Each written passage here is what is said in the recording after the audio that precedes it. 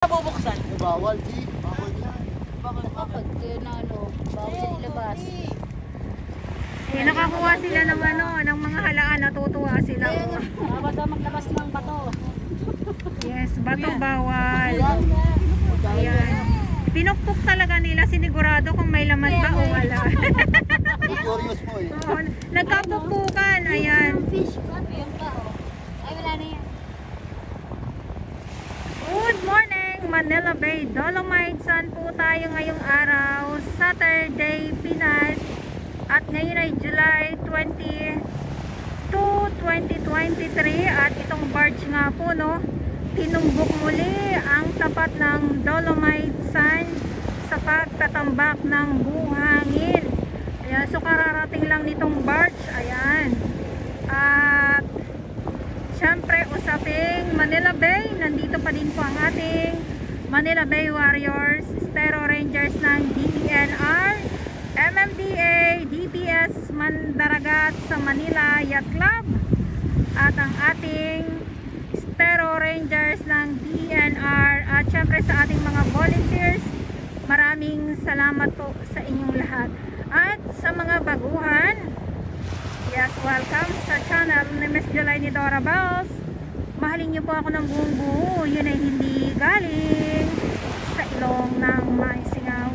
God bless everyone. So, hindi na po talaga mapipigilan ang pagtatambak ng buhangin dito sa tapat nitong Dolomite Sand. Kasi doon nga sa Pasay area ay patuloy po at malawak na po ang nabubuhos na buhangin. So dito ganun din po. So nagsimula na po muli ang pagbubuhos nitong barge na ito ng buhangin.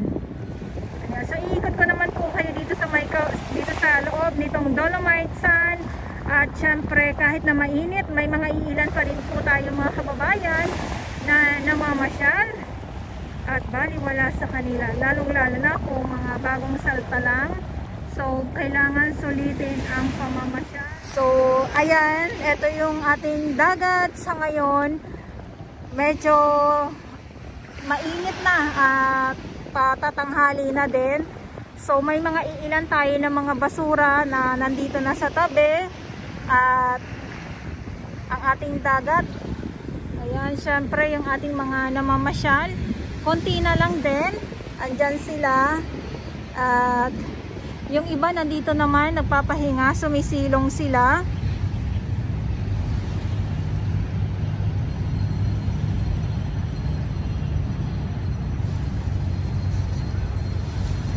At iikot ko lang po kayo. Ayan, so tamang upo lang dyan sila.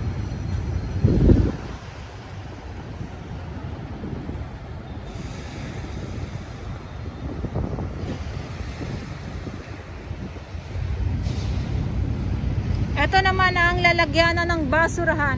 Marami tayong lalagyanan ng basurahan dito, kaya sa ating mga kababayan na pumapasyal dito sa Dolomite Sand, sana huwag kayong tamarin na ang inyong basura ilagay sa tamang basurahan, o kung hindi naman dalhin nyo na lang pauwi para hindi na din dagdag trabaho ng ating mga Manila Bay Warriors.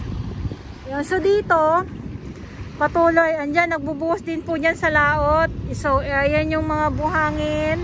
Grabe, napakalawak na po. Ano lang tayo, sobrang layo lang po natin. Kaya, hindi talaga natin makita ng husto. So, ang kailangan dyan ay drone para makita ninyo. At dito ay, andyan po yung Pasay area po yan dyan. Ayan.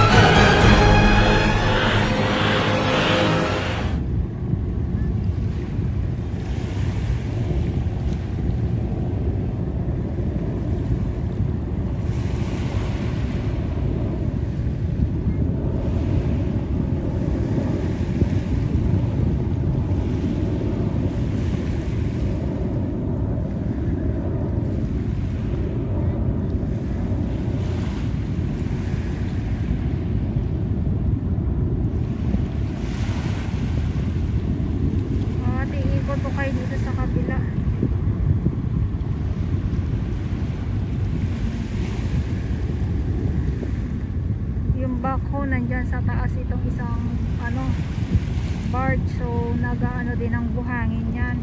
So kita niya naman, nagkandahiwa-hiwalay na itong trash boom, at yung view na yan is papunta na po ng Baseco po. Ayan.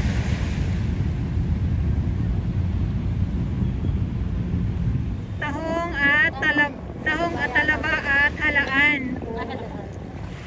Lang mga nakakita eh. Jadit. Sa ikaw, Jen?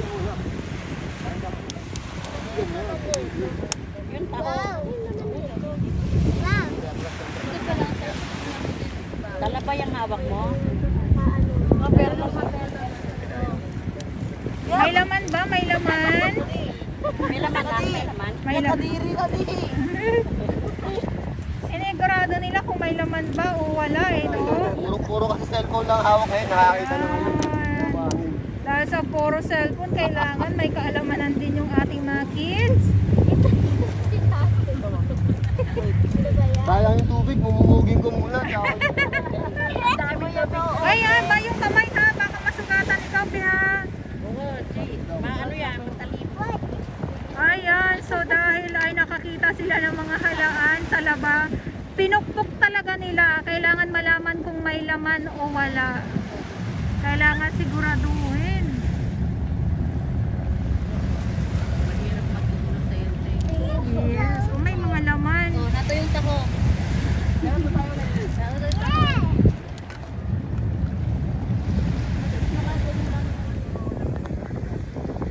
So ito sila kuyang ay galing sila ng Muntinlupa, sila madam. Dahil ay puro cellphone daw na hawakan ng kanilang mga kids, ay kailangan maiba naman daw. At yun na, pinukpok talaga ng mga bata yung yung halaan at talaba para masigurado kung may laman. May laman ba o wala.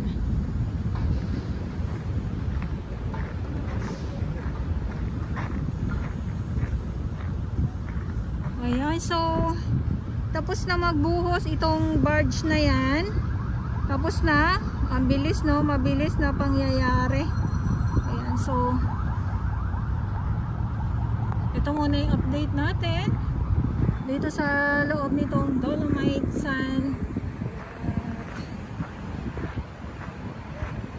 May mga kababayan tayo na nandito, nakasilong lang sila.